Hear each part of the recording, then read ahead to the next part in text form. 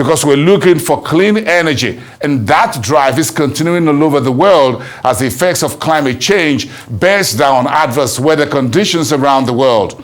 Texas, in the United States, is the world's top energy producer, and that state is therefore being pushed to lead on clean energy as companies are working to figure out the next big breakthroughs in clean, sustainable energy.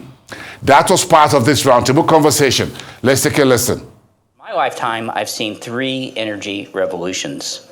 The first revolution was the shale revolution, which transformed Texas from a declining oil and gas producer to a world leader in oil and gas production.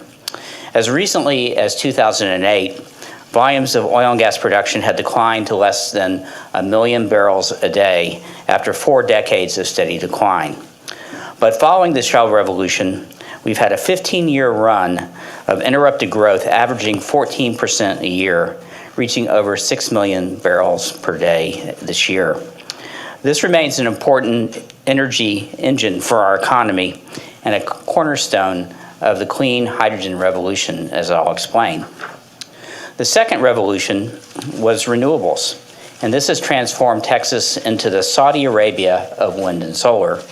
And when I was on the Public Utility Commission, I had something to do with that, and at least setting the framework, although I will confess that I didn't see that bright future, and that's one of the reasons I didn't want to miss this one in hydrogen. Today, Texas leads the nation in wind, solar, and energy storage. We have over 40 gigawatts of wind and 12 gigawatts of solar, and we're building 6 gigawatts of batteries.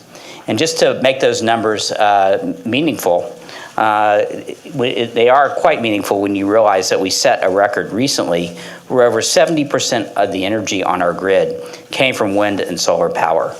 This is both decarbonizing our grid and lowering costs.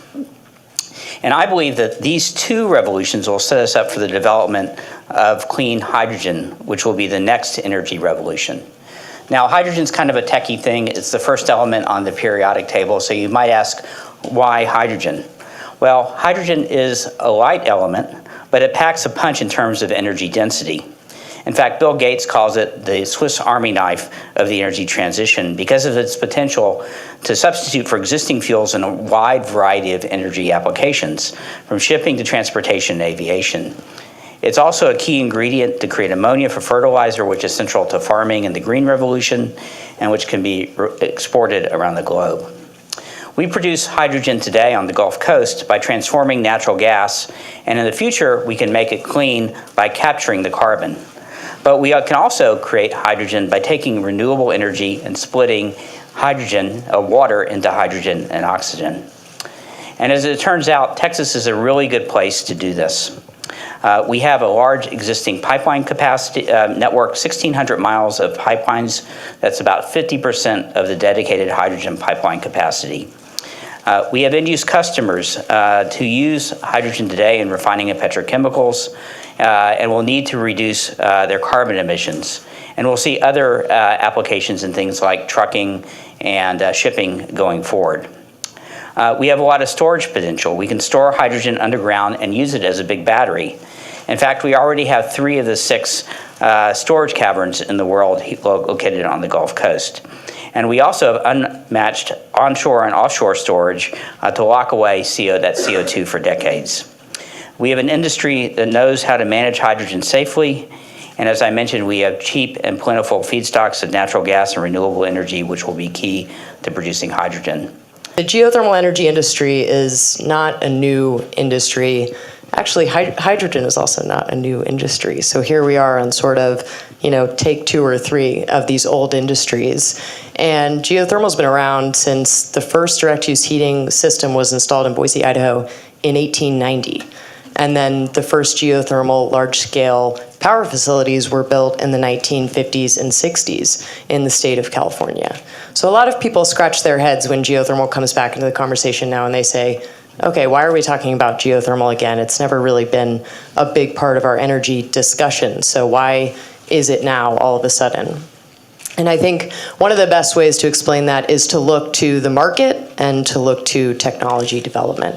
So from a market perspective, I don't know if you all are sort of as, electricity load wonks as the rest of us, but the electricity load is being rumored to increase at a pretty massive rate right now. We're electrifying a huge number of things, including vehicles, home appliances, things that you all are familiar with. We are also onshoring a lot of manufacturing. We're building data centers for AI. We're doing a lot of things that are, for the first time in a while, really causing projections of energy demand to sort of fly off the chart. And we're not sure how much it's going to fly off the chart. But it's a really interesting concept. Today, we are, a huge producer of oil and gas. We actually have a really robust clean energy economy. But when you look at load forecasts and load demand growth, you sort of think, okay, how are we going to cover this load, especially at a time when we are trying to decarbonize our energy sector. And so one of the interesting things that leads you to is we're looking for reliable power that can be always on, that sort of has a fossil energy profile, but that is clean. And then the third leg of the stool is affordable, and I'm sure we'll talk about that too. But you want power that is affordable, power that is always on, that allows you to charge your phone when you need it and do what you need to do when you want to do it, and also it's clean. So for the longest time when we've thought about clean energy, we've thought about it sort of as a supplement to our fossil fuel base. Fossil fuels produce all the time. Clean energy is going to come on as sort of an adder to that. I think what we're seeing now is utilities, corporations, the federal government, everyone wants to build a much larger part of their portfolio that's actually just clean. And so they're needing more of that reliable baseload to be clean. So there's been a really big spotlight shined on 24/7 carbon-free energy that can be fielded by nuclear energy, some biomass, hydropower at times when you're not in extreme drought, and geothermal energy.